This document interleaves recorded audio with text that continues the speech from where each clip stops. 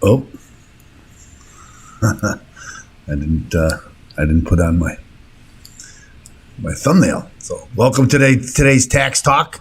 I'm your host. I'm attorney Stephen Leahy. It is Tuesday, February 9th.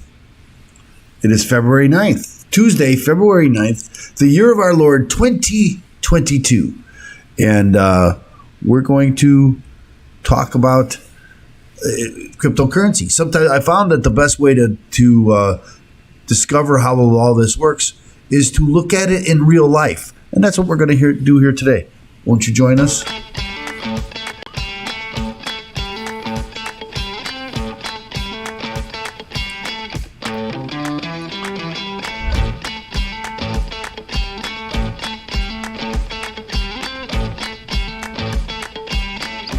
Okay.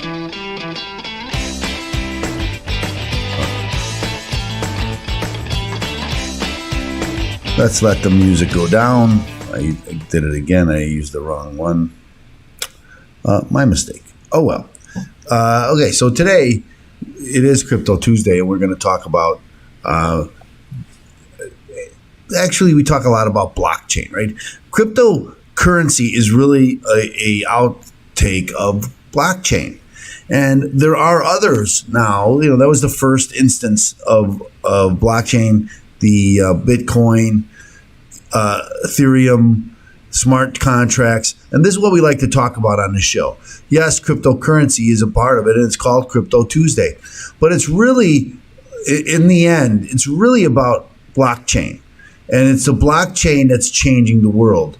Bitcoin is one of those things that are part of blockchain that is changing the world.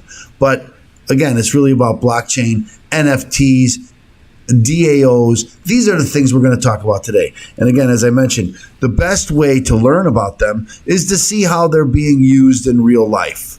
And so that's what we're going to do today. I got a couple of articles about how they're being used. And again, I think it's very educational. But as is our want, we like to begin with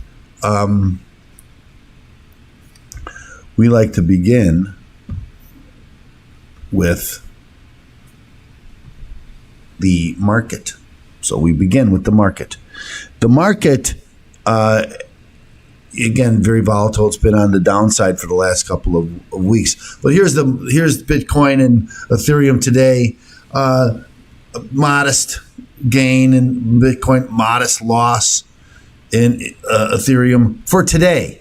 So let's go back. I always like to go back to the last week, the last time we met, and see what's happened since we met. Well, here's Bitcoin. It's had kind of an upswing since last we talked. It was less than 38,000 last week, and now it's at 44. So pretty good. It's a pretty good gain. Now let's look at Ethereum. And there's Ethereum, very similar. Charts look very similar, as they often do, right? They often look similar, that they kind of track each other. And, that's not unusual. That's generally what happens. And again, that's not so unusual. So as I was talking about, what we want to talk about today is the different uses of the blockchain. And I know it's easy to think about Bitcoin. It's a lot of people believe it's more like a stock. You buy it, you hold it. It's going to go up in value, down in value. And rather than the medium of exchange, which I think was its intended purpose, and it's become more of a storage of value. We've talked about that on Crypto Tuesday many times. But today, what I'd like to talk about is, again, some of the uses of the blockchain. So first, let's talk about NFTs. And there's a very good example here about an NFT. And this has to do with watches. And as I mentioned, the best way to understand this technology or what these things are is to see how it's being used. And so here's a very good example in how will blockchain influence the watch industry? Very good. So let's find out. And again, this is with Mr. Wonderful from, let's read the story. Cryptocurrency, blockchain, and NFTs have heralded the arrival of Web3. And we've talked about Web3, that's the next, promising to change the way industry does business and interacts with its customer base through a new decentralized iteration of the internet. That's what Web3 is. Given its centuries-old craft, the watch industry is notoriously resistant to change and slow to react to outside developments. But the advantages promised by the technology are so wide-reaching that they cannot be ignored without first being explored. Here, HyperBeast looks at how the watch industry has already experimented with technology and the potential benefits left to uncover. So let's talk about blockchain. Back in November 2021, Shark Tank investor Kevin O'Leary appeared on Dubai Watch Week, sitting on a panel discussion addressing crypto, blockchain, and NFTs in relation to watches. O'Leary, a watch collector himself, revealed that he was working on establishing a white paper for the application of blockchain technology to authenticate watches and would eventually like to see brands issue their own industry standard authentication NFTs with every new watch sold. When I want to buy a watch, and I'm not much of a watch guy, so Patek, that's been out of the market for 17 to 20 years, said O'Leary. I have to get John Reardon, the founder of Collectability LLC, to authenticate it, or someone like him that knows the history of these vintage pieces. It's expensive and time-consuming because there's a lot of knockoffs out there. If it doesn't come with its NFT, then don't buy it. Simple as that. O'Leary has had 2 separate collections stolen during his time as a collector and believes such digital certificates could herald the way for app-based insurance systems that allow collectors to inform the insurer of the whereabouts of large collections, whether locked away in the safe or on the wrist, and adjust premiums accordingly. Such a service is already being trialed in Switzerland by Zurich-based Watch Collection Dashboard. Co-founder and chief technology officer was on the same panel and discussed other possibilities once a digital twin has been created for a physical watch to serve as an avatar and passport for any relevant digital services. Again, so you're creating a avatar that twins or mimics the watch. So all the information about that watch is in the avatar. We're working with banks in Switzerland where they're interested, I think it means interested, in taking such watches, for example, as collateral, making the watch bankable, and that's a service that becomes possible when the watch is digital. He has already put blockchain to the test with its collections, a retail collection of refurbished vintage pieces. Here, each watch is supplied with a paper certificate of authenticity with a unique QR code verifying the specification of the watch rather than the authenticity of the watches themselves. O'Leary will have his work cut out for him if he wants to establish a single industry-wide protocol, though, given the number of competing groups that make up the bulk of the industry.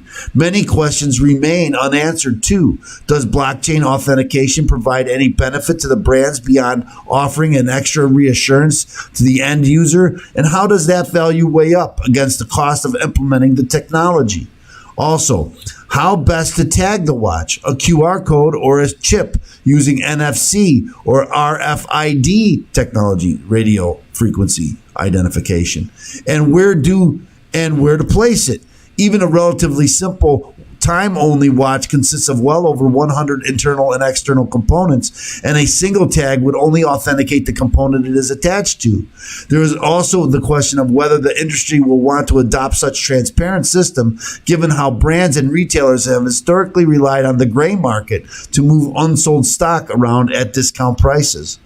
For the moment, at least, blockchain has been more readily adopted as a means of replacing the traditionally printed service history of a watch, providing a tamper-proof digital record of services and repairs for the watches sold by these outfits.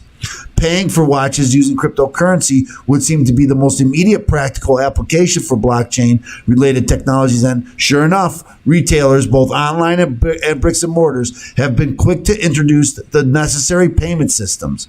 But despite an initial flurry of interest, each creating watches that could only be paid for using crypto in 2018, there has been little sign of brands rushing to accept crypto payments where they sell direct to consumers. Another outfit introduced the Vanguard in crypto in 2019, a watch that doubles as deep cold storage set with a public address, QR code, laser etched on the dial, and accompanying private key USB. 2 years later came the Vanguard in crypto, free the money, free the world, with 500 pieces being offered for the equivalent of $12,000 each in crypto. The CEO revealed last year that the brand was working on introducing crypto payments across its retail network. Then in January, Jacob & Company became the first watch brand to accept crypto across the range of watches and jewelry. We're always looking for new ways to push our brand forward and be true disruptors. We choose BitPay because of its innovative and automated compliance and payment processing. This partnership will be a game changer for years to come for our customers as it makes the purchase process effortless. The system sees Jacobs and Company received settlement in US dollars the next business day. NFTs are usually presented as unique artworks, and while digital creators have certainly stepped up to produce virtual and often impossible watch NFTs, such as the photograph of the prototype from the industry veteran personal collection, or this 3D animation, the piece unique that sold at auction for $100,000. I don't know if that's if that's the picture of the NFT or if that's the picture of the watch. I don't know. However, Kevin O'Leary stated his belief that NFTs have far wider uses and could even grow the value of the entire watch industry by 20% overnight. As rising prices begin to nudge all of the wealthiest collectors out of the vintage market and even parts of the retail market for new watches, O'Leary sees limited edition NFTs as a way of buying into a hype surrounding specific examples, in the same way a print are more affordable than the original artwork.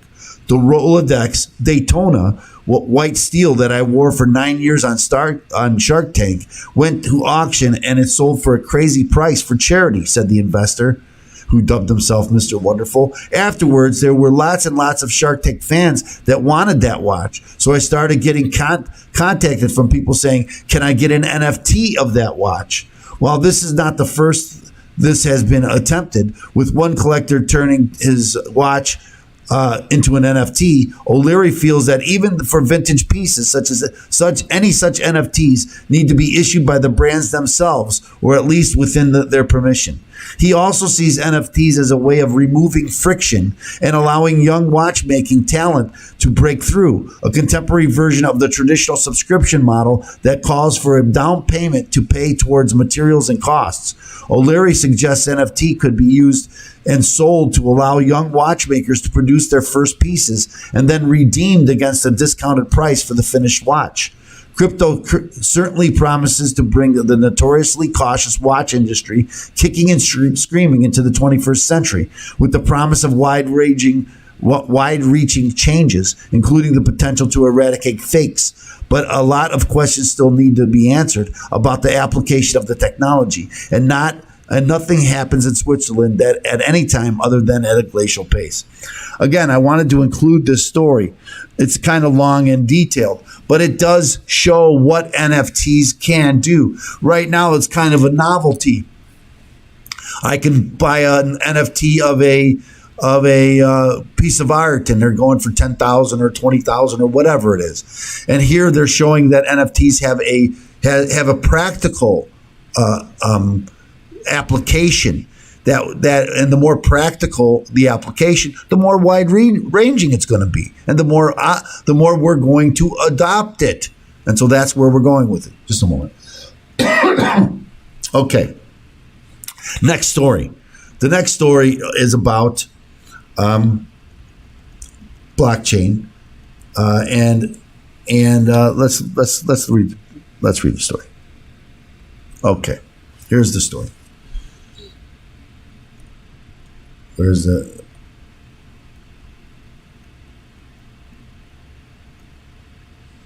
leaderless this is a DAO or decentralized autonomous.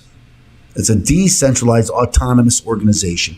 We've talked about them on this show before, but now this is going to be a practical application. The leaderless investing collectives known as decentralized, and that's what they are. They gather money. Remember, kind of like a crowdfunding, and they talk about it here. So I'm not going to jump into it. The leaderless investing collections known as decentral. Let me get rid of this.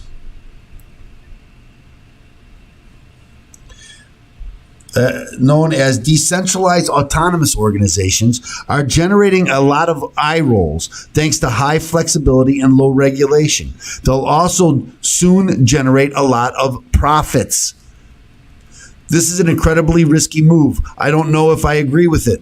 The founder of a company named Artblocks in the risk oblivious field, Non Fungible Tokens, was nonetheless concerned. It was February 2021, and he was one of 59 investors who had banded together to potentially buy a rare set of 150 popular NFTs, CryptoPunks, directly from their producer. The group, a decentralized autonomous organization called Flamingo, had pooled $10 million to meet weekly via Zoom, audio only to protect those wanting anonymity, to figure out what to do with it. The CryptoPunk opportunity at about 4 Ether, $7,200 at the time, per punk, would eat 10% of that, which is partly why he aired his concerns on the group's Discord channel. The tension got thicker when members discovered one of their own, someone going by the pseudonym Pranksky, had tried to front run the deal, opening a back channel to buy 150 punks for himself. In the end, Flamingo members voted to spring for the punks, which were recently valued at $30 million.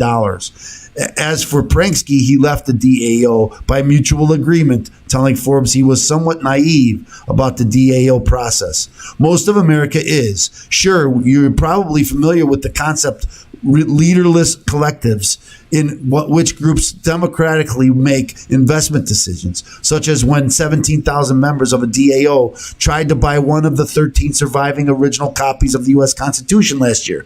We talked about that case. They raised that money. That unfortunately did not buy it. The Illinois billionaire bought it, but it was interesting that people got together and crowdfunded this investment, which was millions of dollars. The CEO and co-founder of Tribute Labs, which set up the Flamingo, calls the DAO a subreddit with a bank account. But while the headlines tends toward the splashy or the silly, a new model is emerging that has real legs as an alternative investment vehicle. A quarter century ago, an Illinois investment club run out of the church basement, the Beardstown Ladies, spawned a slew of bestsellers and imitators as stock picking groups proliferated. DAOs have modernized and digitalized the concept, incorporating many of the traits that make the blockchain so potent. By using tokens, DAOs can effectively allow voters, empower profit sharing, and crucially, supply liquidity, as tokens can be bought and sold though for now, trading in tokens is not something the Securities and Exchange Commission is ready to bless. By limiting membership to 100 people or fewer, some DAOs are also able to skirt SEC rules since they fall under the quaint 82-year-old investment club exemption, so long as the participants are all involved in managing their kitty and don't publicly offer their securities. And while the leaderless model can be called by another definition anarchy, it also lets those interested in alternative assets play without having to outrun the 20% profit share that hedge fund, venture capital, and private equity managers regularly charge for what too often is average performance. Syndicate, which makes DAO in a box software, partners with another startup that can help you do all the legal and tax paperwork for $2,000 a year, while Tribute charges 2% a year of the DAO's original investment to do all the paperwork and incorporate things like coordinating group calls, not coincidentally the same upfront VIG that funds charge. The difference here is that the profits are all yours. Combine all that and you have something that can't be judged by all the dumb headlines. Instead, think of DAOs as a legal platform, much as nimble LLCs emerged decades ago as an easier way to incorporate than the lawyer-laden C corporation. The early adopters might seem silly. The second wave will make it mainstream. Exhibit A, Shah is a partner of a VC firm, Blockchain Capital, in San Francisco, which has a traditional fee structure on $1.8 billion under management. Nevertheless, he co-founded a DAO called the Collective, which has 35 female investors, $400,000 in capital, and a goal of investing in crypto startups with female and non-binary founders. In creating an investment vehicle, leveraging syndicate services that isn't weighed down by institutional investors or high hurdle fees. He says the DAO can have a lot more experimentation and flexibility, and those are two terms that tend to portend exponential growth. The early days of DAOs did a model no favors. In 2006, early adopters of Ethereum formed the DAO to back crypto projects, quickly attracted $150 million and then lost 1/3 of that to a hacker before making a single investment. While the attacker was denied most of his spoils after developers controversially forked Ethereum, the point had been made. The DAO disbanded, and all DAOs carried a stink akin to that of the early dark web marketplace Silk Road. Nevertheless, the concept gradually spread. By 2018, roughly 10 DAOs had been formed. By 2020, there were roughly 200 of various types, according to the Deep DAO. Yes, embarrassingly, incidents continued, including numerous rug pulls. Scammers collect money from a DAO crypto offering and then abscond with the loot, a digital version of the Music Man. Just this January, Badger DAO, a 24,000 member organization that lets people earn interest on their Bitcoin, lost $120 million in a cyber attack. But the sheriffs are flooding into this Wild West. Today, more than 50 companies offer blockchain security auditing, according to the Open Zelpin, and the number of DAOs keeps surging. It currently sits at more than 4,000, with over $8 billion in the treasuries.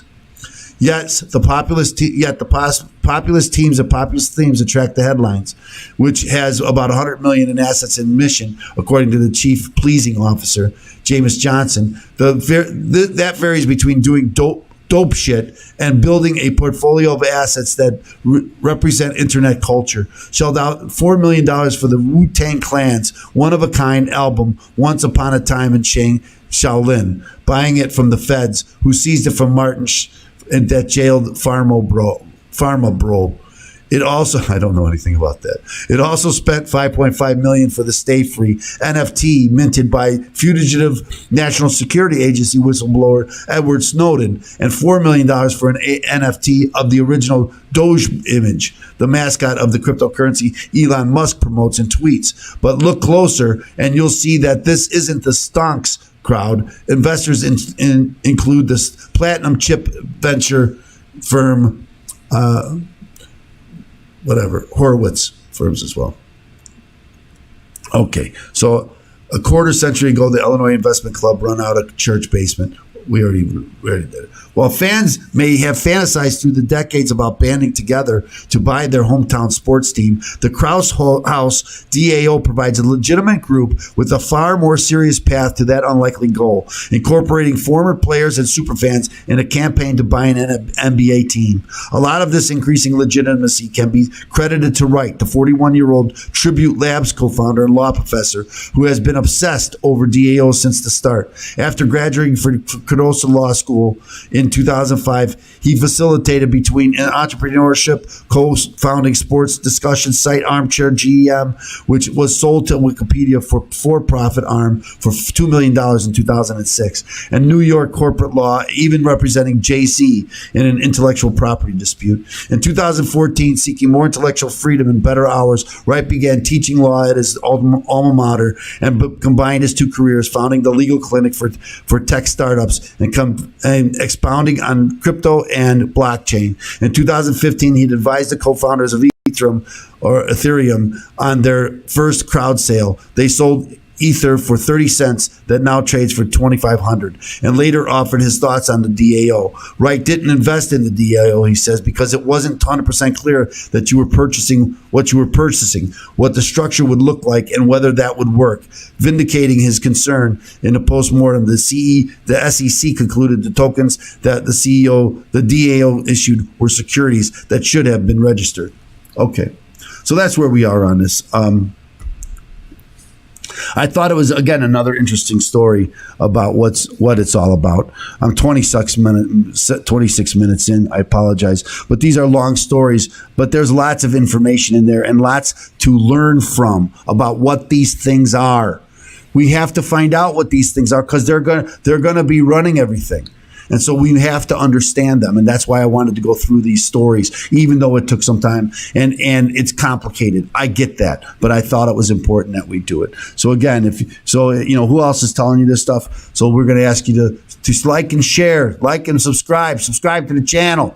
We need to get the word out. We need your help to do so. So please do that. Also, remember, if you're fighting the IRS, get a copy of my book. The first thing you do when you're fighting the IRS, get a copy of the book, Deal with Your IRS Problem Today. Deal with your IRS problem today. Go to freeirs.com, freeirsbook.com, freeirsbook.com. We thank you so much for watching. We'll see you again tomorrow here on today's Tax Talk. Thank you so much. Out.